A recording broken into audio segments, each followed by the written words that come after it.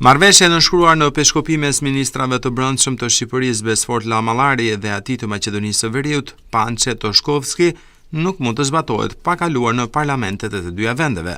Marrëveshja parashikon që qytetarët e të dyja vendeve të hyjnë nga pikat doganore që lidhin Shqipërinë me Maqedoninë e Veriut me vetëm një ndalesë, njohur ndryshe si One Stop.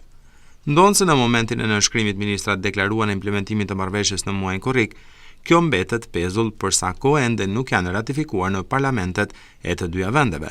Dokumenti firmosur mes ministrave do të shkojë në Kuvendin e Maqedonisë së Veriut, ku do të kërkohet miratimi i tij e po e njëjta gjë duhet bërë edhe nga pala shqiptare. Burime për ma televizion thanë se kjo marrëveshje pritet të ratifikohet në ditën e vijim që të marrë më pas fuqi zbatuese në terren. Por nëse marrëveshja nuk kalon brenda muajit korrik, ajo mbetet për muajin shtator, pra pas përfundimit të sezonit turistik.